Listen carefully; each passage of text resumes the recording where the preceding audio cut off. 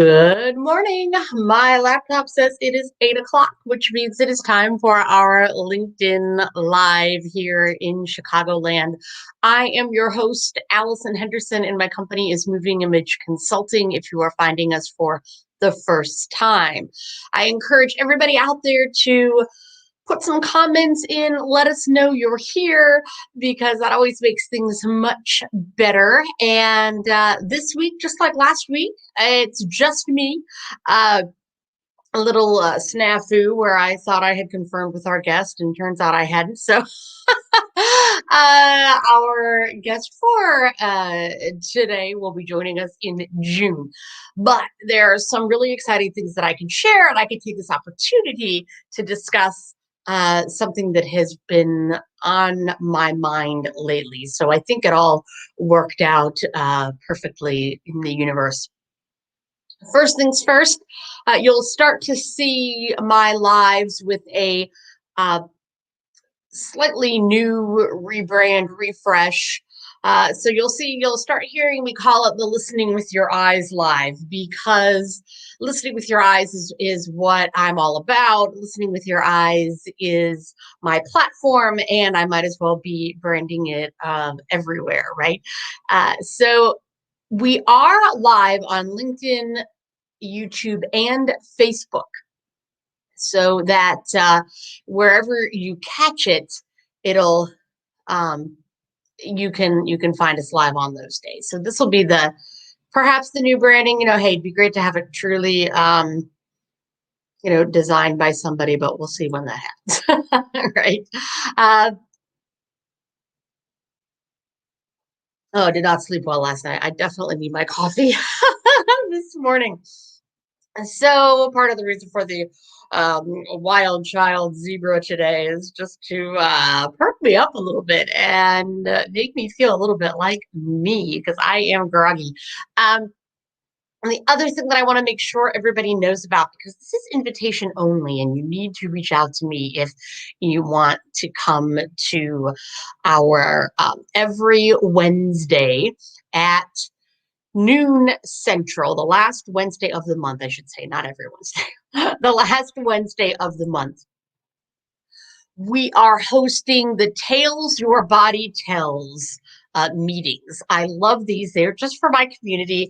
So it's some current clients, past clients, LinkedIn connections and things. But this is part of that Listen with Your Eyes brand, where I share with you some body language fails, particularly, sometimes we'll look at celebrities and things. I am often asked by the media um, to comment or quote on the different body language that we see, and oftentimes it's kind of pop culture and celebrities, and I avoided that for quite a while, and I sort of decided, well, why not?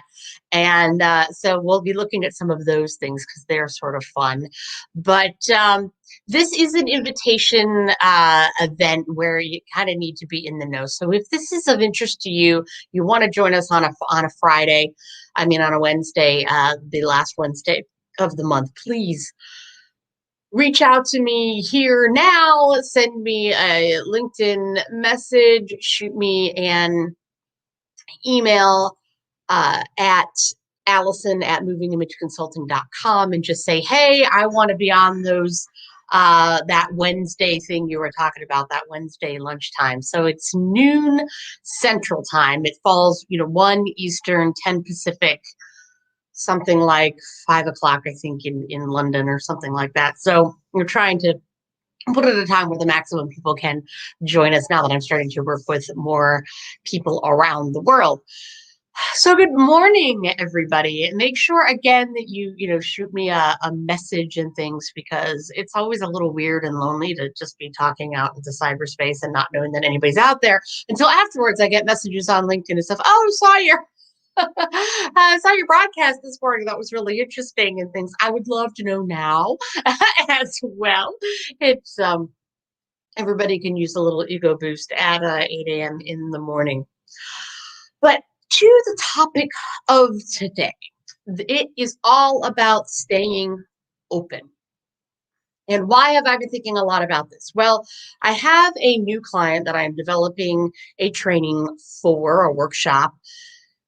If you know anything about me, I can't do a cookie cutter workshop where everybody gets, the same thing. It's not a product where your and PowerPoint slides or examples or anything are going to look anything like anyone else's. That's just not the way that I am wired. And I've had coaches over the years tell me that that's not efficient. And I know it may not be efficient, but it's the best way to be of service. So I'm not going to give that up. And this new client, I'm really impressed with because their executive director was noticing poor body language and facial expressions on their virtual meetings. And that's originally why they contacted me, because they wanted to fix this body language piece and give people, their staff, leadership team, better nonverbal skills for this virtual medium. But upon digging a little bit deeper when I was talking to them, it really is about the ability to have conversation, to have back and forth, to encourage communication and conversation beyond just this is the meeting agenda, being talked at, or understanding better how to raise concerns or objections even. And we know that in this country, the idea of discourse and conversation and debate is all messed up right now, right? Let's just admit it. We can't have debate because we hold on to our own ideas. And some things that we have to realize is that talking about an idea or questioning an idea, wanting to discuss further something that has been brought forth, a proposal, an idea, it shouldn't be connected to identity. And that is something that is really happening, right? It's mine, it's my thing. I'm going to feel shame and blame if it's not received well. We often don't bring up objections because we're worried about how others are going to perceive us for asking questions. And particularly through this virtual platform, asking questions can be difficult. How do I raise my hand? Shouldn't they know that I want to talk? Aren't I giving all the signals that I want to talk and put my 2 cents in, right? Hello. So we're going to be talking about all of that on this training. And part of the crux of this is going to be staying open, because it's only when we stay open with our body does our brain tend to stay just a little bit more open.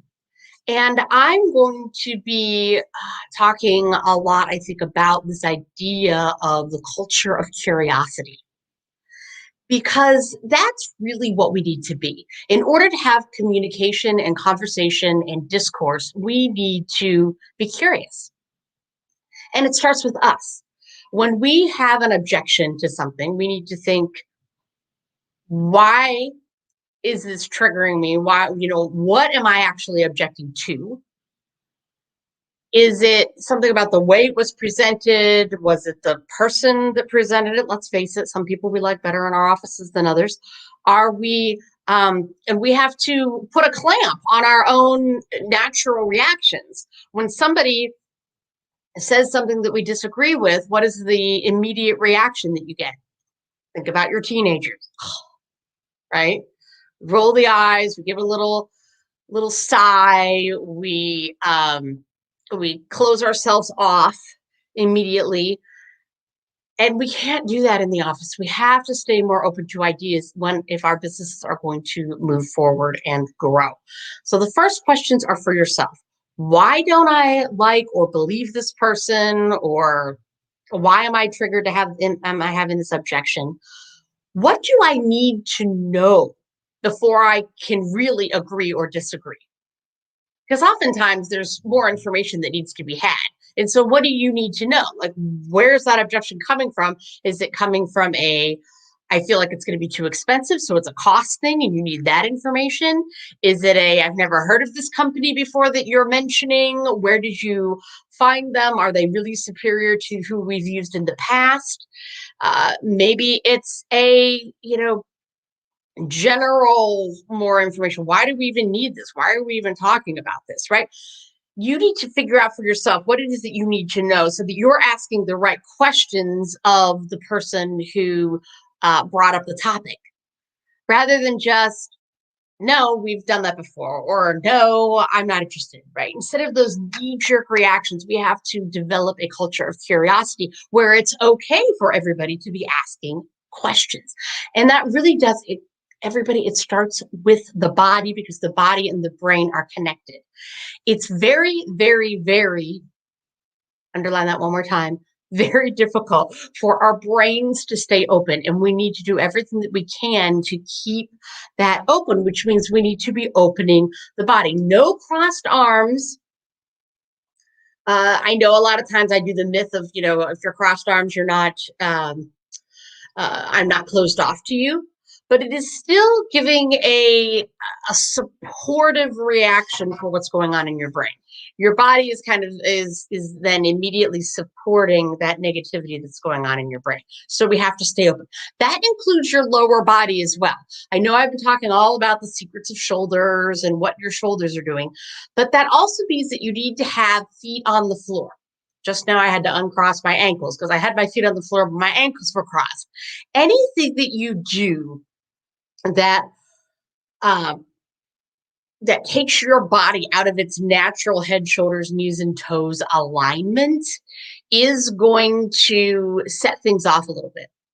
Which means if you're standing in a meeting, you need to be standing square. Don't be on one hip or the other. Even those little things, particularly because when people stand on one hip or the other, oftentimes their hand will go to that one side or the other. And how is that perceived?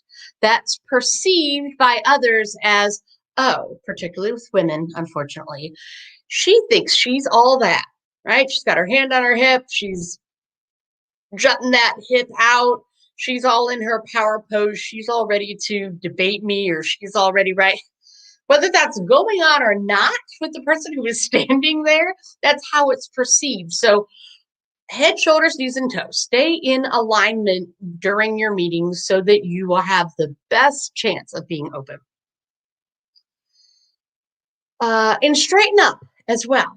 The other thing that happens is people might not be crossed, but they're slouchy.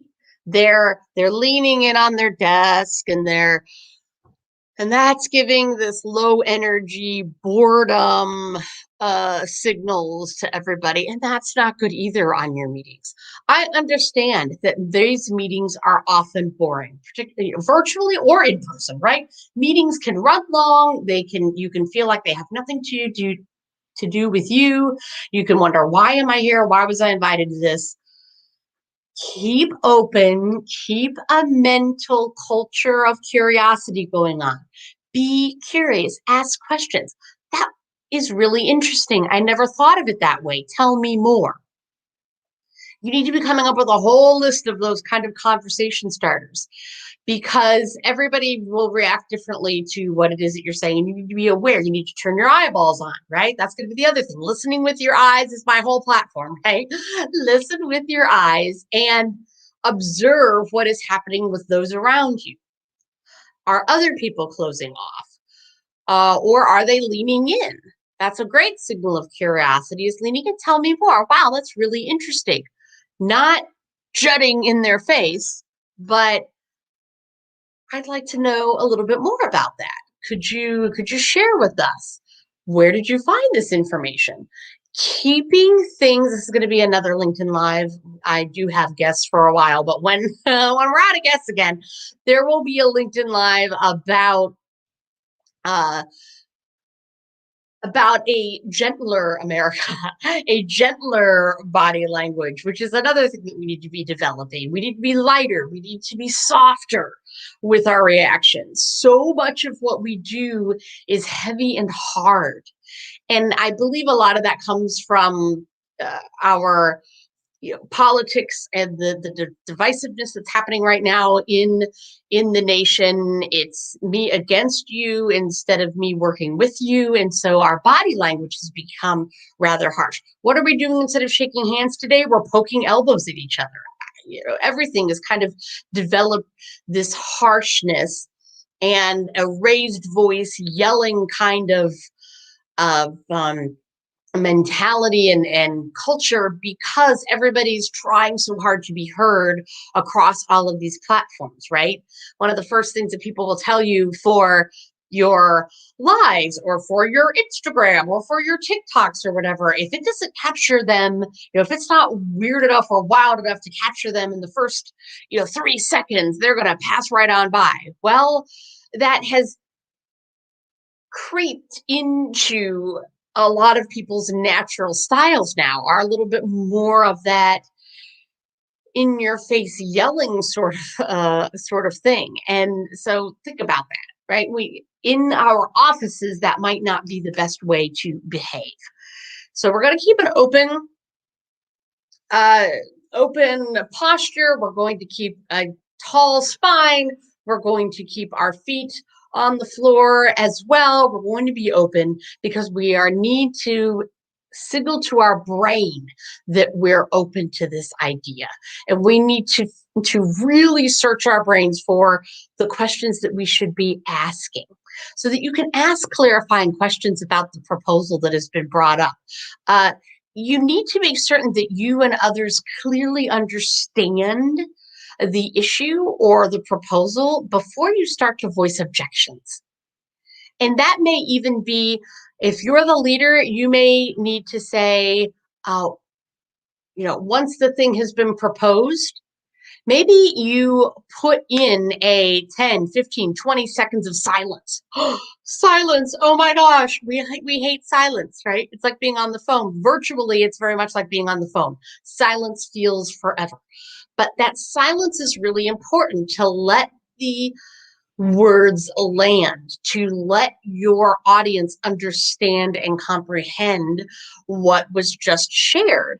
And then, so that it gives them some time to figure out what those clarifying questions are. Even if you say, okay, at the end of this, we're going to take 20 seconds and we're going to write down what questions we have. That way, you're putting a break between the proposal or the idea and the immediate objection, or the immediate what's going to feel negative. It's going to feel like an objection, even if it is a curious question to begin with, because it's going to feel like a debate. And what happens is whoever proposed the idea is going to feel like they have been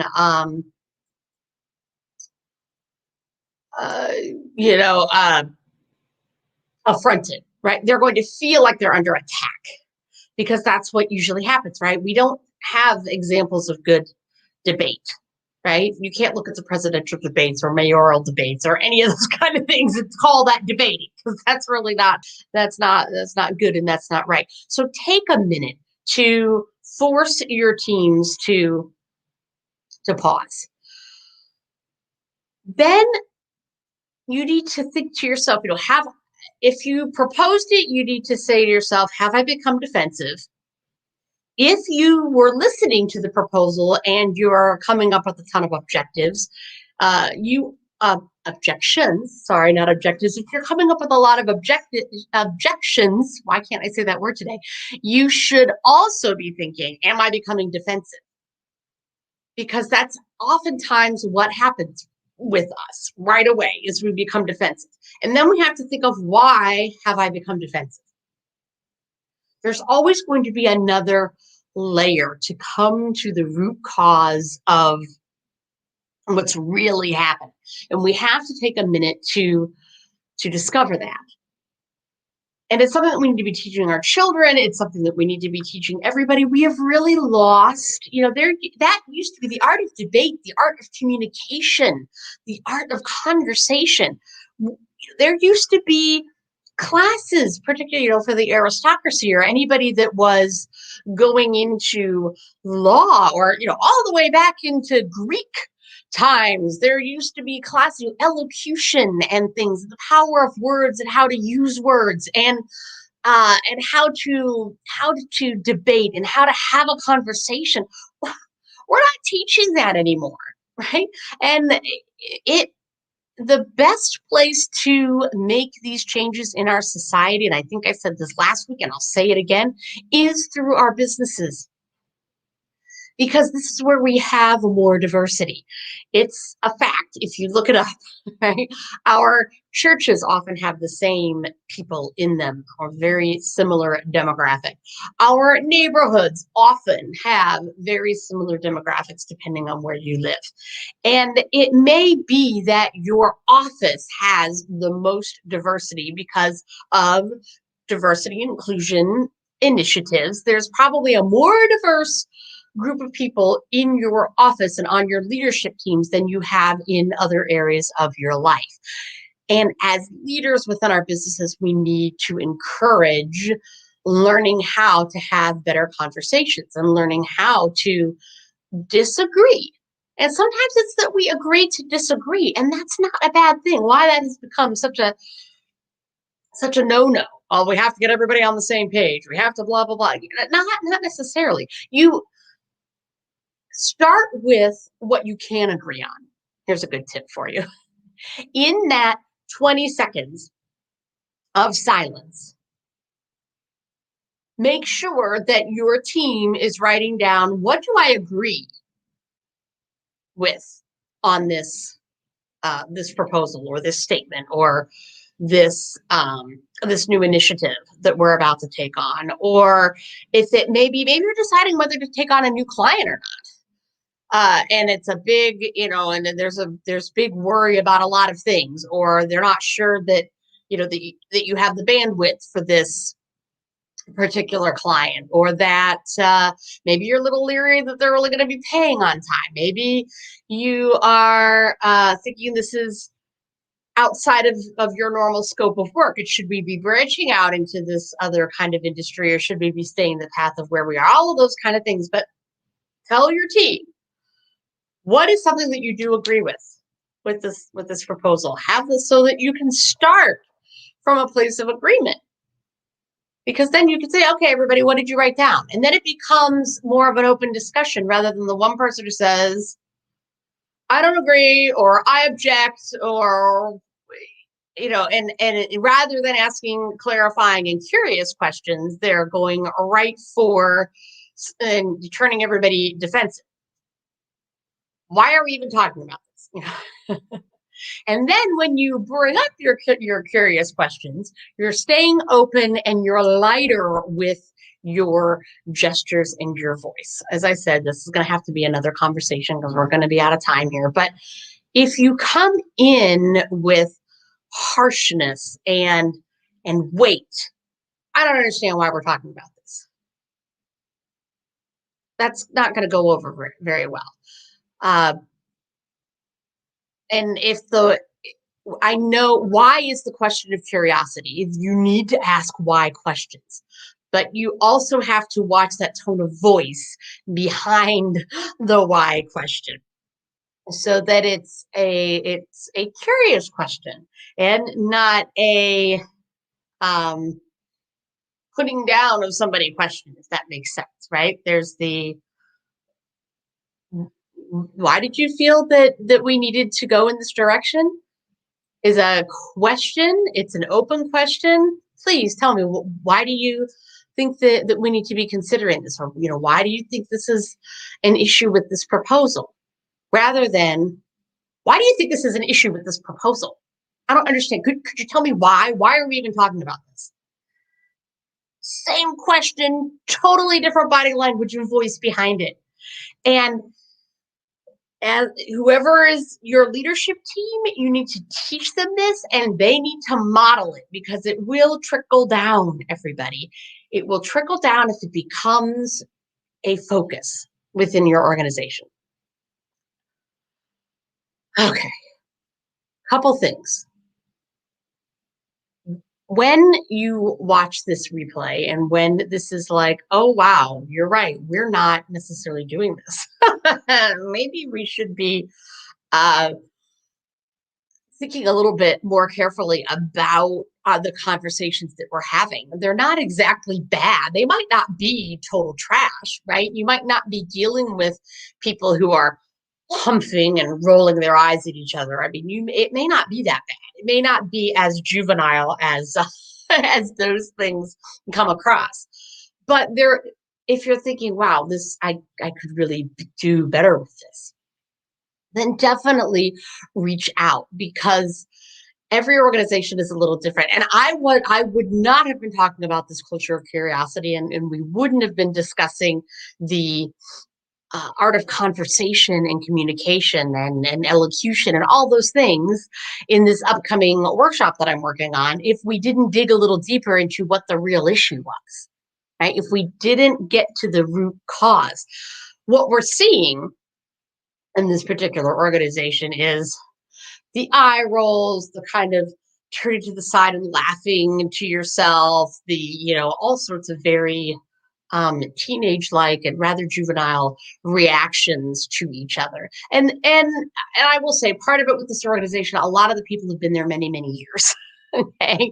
So what happens is, when the more we become like a family in our offices, because we know each other so well and we've been working together for 20 or 30 years, sometimes those offices where you think they would have the best communication actually have the worst communication, because it becomes almost family like and petty, and people take liberties with what they can say to and about one another, because, oh, we're all family here, they know I don't mean it, or they know I'm just kidding, or that sort of thing. And some of our good behavior and decorum goes away, when you meet for, we just had Mother's Day. Happy belated Mother's Day for everybody. I have some of my Mother's Day flowers behind me. If we meet as family, right, there's often jokes that maybe are more off color, or comments and things, because you know each other and you're ribbing one another and that sort of thing. Well, in the office, that maybe doesn't belong there so much, or you have to kind of pull everybody back a little bit into reminding them that we are a business and we are developing our business, and we don't want these kinds of comments and conversation that we've developed just amongst ourselves to leak into our client conversations, to leak into our potential client conversations. Maybe you're losing clients because they hear some of this going on. If you invite them to your office and you're having a meeting and they hear something going on outside, as they're leaving, they hear something, right? So think about all those things. Communication is obviously a big part of our organizations. And of course, the body mind connection, right? We're going to go back to that. Listening with your eyes, observing what's happening around you so that you as a manager can address it. Stay open. Keep your body and voice on the lighter side of things, and take that pause. Silence is golden. Take that pause, make your folks write down what they like or what they agree with, and then some questions that are curious questions, why questions, to get to the root cause of what their objection is. Somebody can't just say, I object, without knowing why they're objecting. And don't let your people get away with that. I object. Well, what's your problem? I don't know. I just don't like it. Don't let them get away with that. It's not good business. Okay, everybody, we are at 8:29. My goal was to have you guys out of here at 8:30. So a quick reminder that if you want invited to the Tales Your Body Tells every last Wednesday of the month, over lunch, those you need to check in with me for that. And I am also, just so you know, and this is going to take us probably over our 8:30, but I am training individuals coming up in June in my own certification of listening with your eyes. If you're interested in this body language stuff, if what I'm talking about week after week is resonating with you and you're curious about learning more, please reach out to me because in June, we're going to be starting a 9-month training program so that you can bring more body language into your own business. It's not you're not learning a program. You're not going to be working for me. You're not going to be, um, uh, learning something that it's not like a stock, lock, and barrel that here is the training package and you have to say it this way because you're representing this brand and blah, blah, blah, blah. No, it's teaching you how to better listen with your eyes as a consultant, as a human resource professional, as a leader, to bring that into your organization, no matter what your organization is. And those observation skills and how to be using that in your business to grow your business, adding a body language prowess to what it is that you do. If you're a sales trainer or an interview trainer or a presentation skills uh, consultant, or you teach public speaking, any of those sorts of things, this would be really, really fantastic for you to add to your business. So you can reach out to me, Allison at movingimageconsulting.com. Find me on my website at Moving Image Consulting and fill out the contact page and we can have a discussion about that. I am also starting an executive listening with your eyes beyond the box program. So this would be for your leadership teams, for executives to learn better body language virtually and then when they get back to the office. So how to do this transition back to the office more effectively and having the body language to support your teams and some of those observation skills as well. It's going to be a little bit more on your own executive presence, but how to use that executive presence to positively impact your organization.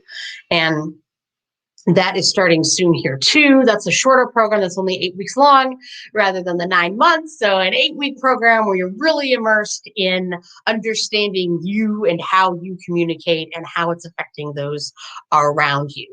So those two things are coming up. I'd love to have you join me for those. We'll probably be talking about them on the Tales Your Body Tells that last Wednesday, which is I think the 27th or something like that of May. So just reach out and say hi in general, right? Be curious even about me and my business, and I will be curious about yours. Have a great day, everybody. Reach out, let me know you were here, and ask me questions that maybe we'll bring up next time. And who is our guest next time? Let me take a quick look because I never remember to say who it is.